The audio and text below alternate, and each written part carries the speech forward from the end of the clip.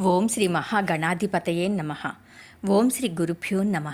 ఓం నమ శివాయ. మార్కండేయ పురాణంలో కనిత్రుని చరిత్ర గురించి తెలుసుకుందాం.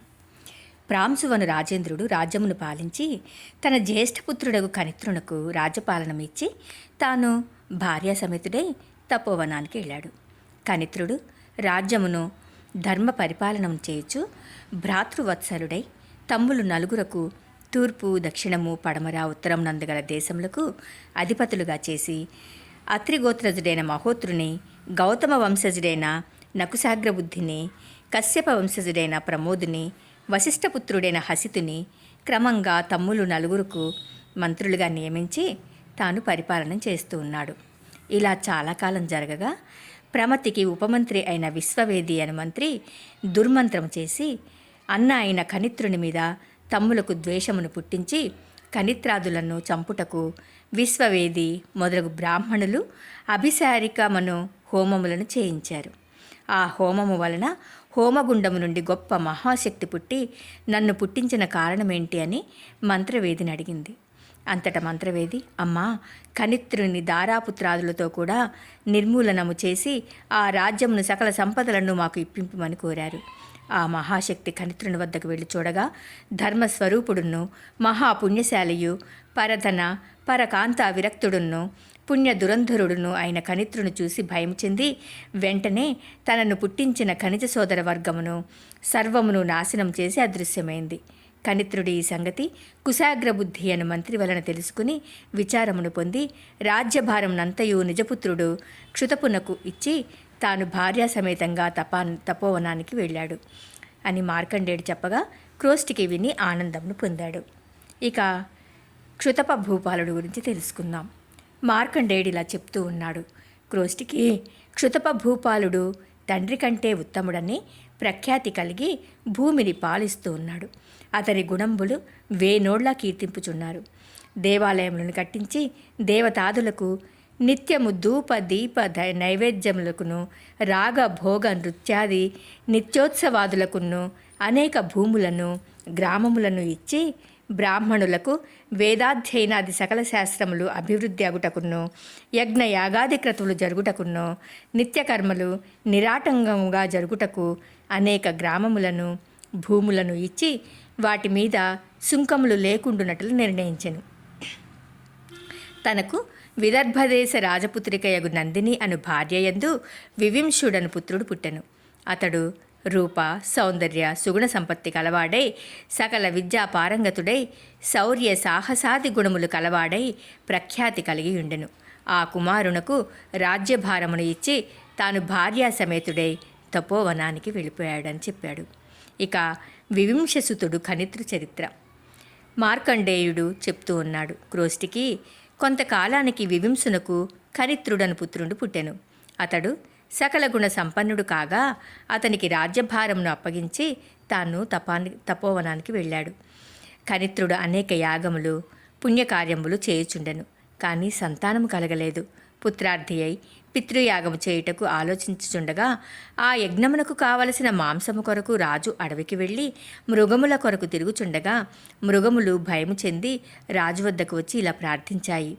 ఓ రాజా, నీవు నన్ను యజ్ఞ పశువుగా గైకొనుము. నేను యజ్ఞమునందు మరణము నొందెదనని ఒక మృగము చెప్పెను. వేరొక మృగము అట్లనే పలికెను. ఇలా పలుకుచుండడి మృగముల వాక్యములను ఆ రాజు విని ఆశ్చర్యమును పొంది ఇలా పలికెను. ఓ మృగోత్తములారా, భూలోకమునందు జన్మించిన ప్రాణకోటి అంతియు ప్రాణభయము కలిగి తన ప్రాణములను రక్షించుకొనుటకు ప్రయత్నం చేయుచుండును. కొన్ని మృగములు నన్ను చూసి ప్రాణభయమున పారిపోవుచుండగా మీరు భయము చెందక నన్ను చంపుము అని పలుకుచున్నారు. కారణమేంటి అని అడిగాడు. మృగాలు ఇలా చెప్తూ ఉన్నాయి. ఓ రాజశ్రేష్టమా, భూలోకమునందు పుట్టిన ప్రాణికోటికి సంతానము కలిగేనేని జన్మ సాఫల్యమును పొందును. పితృవర్గమునకు గతులు కలుగును. పుత్రహీనునకు ఇహమునందును పరమునందును సుఖము లేదు. మరియు అటువంటి వారల జన్మము మేక మెడమీదనున్న చన్నుల వల్లే నిరర్థకములు. మేకకు బరువునకు గదా నాకు సంతోషము లేదు. ఇటువంటి నా శరీరము సునకాదులు తిన్ను. అంతకంటే పుత్రార్థినైన నీ పితృయజ్ఞమునకు ఉపయోగపడుట ఉత్తమమని తలంచితినని ఒక మృగము పలికెను. ఆ సమయమునందు మరి ఒక మృగము వచ్చి ఇలా చెప్తూ ఉంది. రాజేంద్ర, నా శరీరమును నీ యజ్ఞమునకు తీసుకుని పొమ్ము. ఎందువల్లననగా నాకు భార్యయు, పుత్రులు, పుత్రికలు, మనుమలు మొదలగు బంధుజనము చాలామంది గలరు. వీరందరూ ఆహారమునకు అడవియందు సంచరించుచున్నప్పుడు ఏ దుర్మార్గుడు వీరిని చంపునో అని వీరు ఇంటికి వచ్చే వరకు విచారించుచుందును. వీరందరూ సుఖంబుగానున్నప్పుడే నేను మృతిని పొందితినేని ఇహపరములందు సుఖములు కలుగును. నీ యజ్ఞమును సఫలమిచ్చును. అందువలన నన్ను చంపమంటినని చెప్పెను. రాజు మృగములు చెప్పిన వాక్యములు అర్థం తెలుసుకుని, ఓ మృగములారా, మీరు సుఖంబుగా నుండు. నేను తపంబునకు హిమవంత పర్వతమునకు వెళ్ళి అచ్చట పరమేశ్వరుని గురించి తపంబు చేయుదును అని చెప్పెను. పిమ్మట రాజు బద్రికావనమునకు జని గోమతి అను నదీ తీరమునందు ఇంద్రుని గూర్చి తపంబు చేసి ఇంద్రుని అనుగ్రహము వలన పుత్రలాభమును పొంది నిజ రాజధానికి వచ్చెను. అంతట కొన్ని దినంబులకు ఆ రాజేంద్రునకు బలాస్వుండను పుత్రుడు పుట్టెను. ఆ కుమారుడు కాలక్రమమున సకల శాస్త్ర పారంగతుడై యవ్వనమును పొందగా రాజ్య పరిపాలనమునకు కుమారుడు తగినవాడని సంతోషమును పొంది పుత్రుడు బలాస్వునకు రాజ్యభారమును అప్పగించి తపంబునకు జనెను. ఇక బలాస్వుని చరిత్ర. బలాస్వుండు సకల రాజులను జయించి భూమండలమునకు చక్రవర్తి అయి ధర్మ పరిపాలనము చేయుచుండగా ఇతర రాజులు సహించలేక ఒక తాపున గుమిగూడి చతురంగ బలములతో సహితముగా వచ్చి బలాస్వుని పట్టణమును ముట్టడించిరి.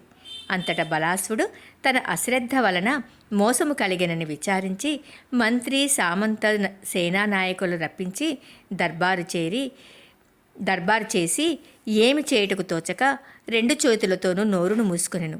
ఆ 2 చేతుల సందుల నుండి వెలువడిన వేడి గాలి వలన చతురంగ బలములు పుట్టినవి.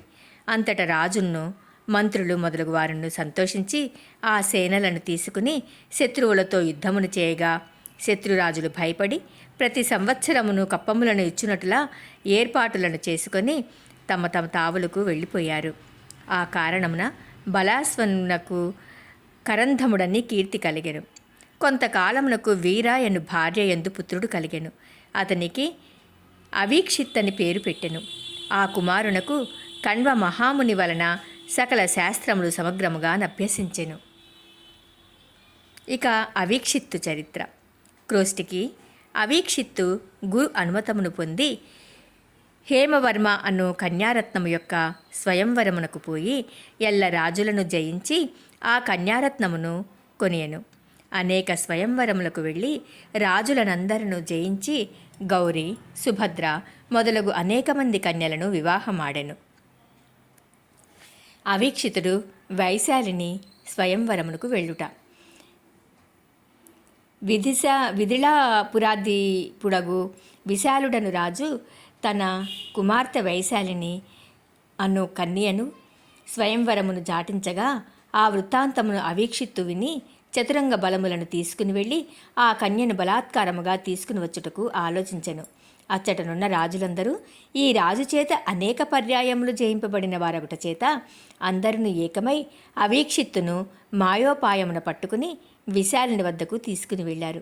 విశాలుడు అవీక్షిత్తు పట్టుబడుటకు సంతసించి తన బందికానాయందు బంధించి తన కుమార్తెను తక్కిన రాజనందనుల్లో ఒకరికి వరించవలసిందని చెప్పెను.